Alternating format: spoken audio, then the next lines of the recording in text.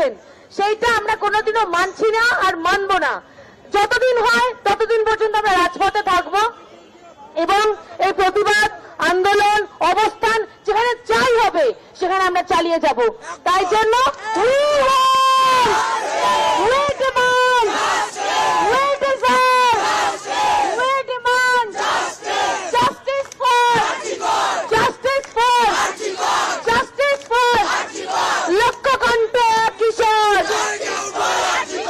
বাগান ছেড়ে মাথা ধর, কুটি ছেড়ে বল ধর, লাল বাজারকে চেপে ধর।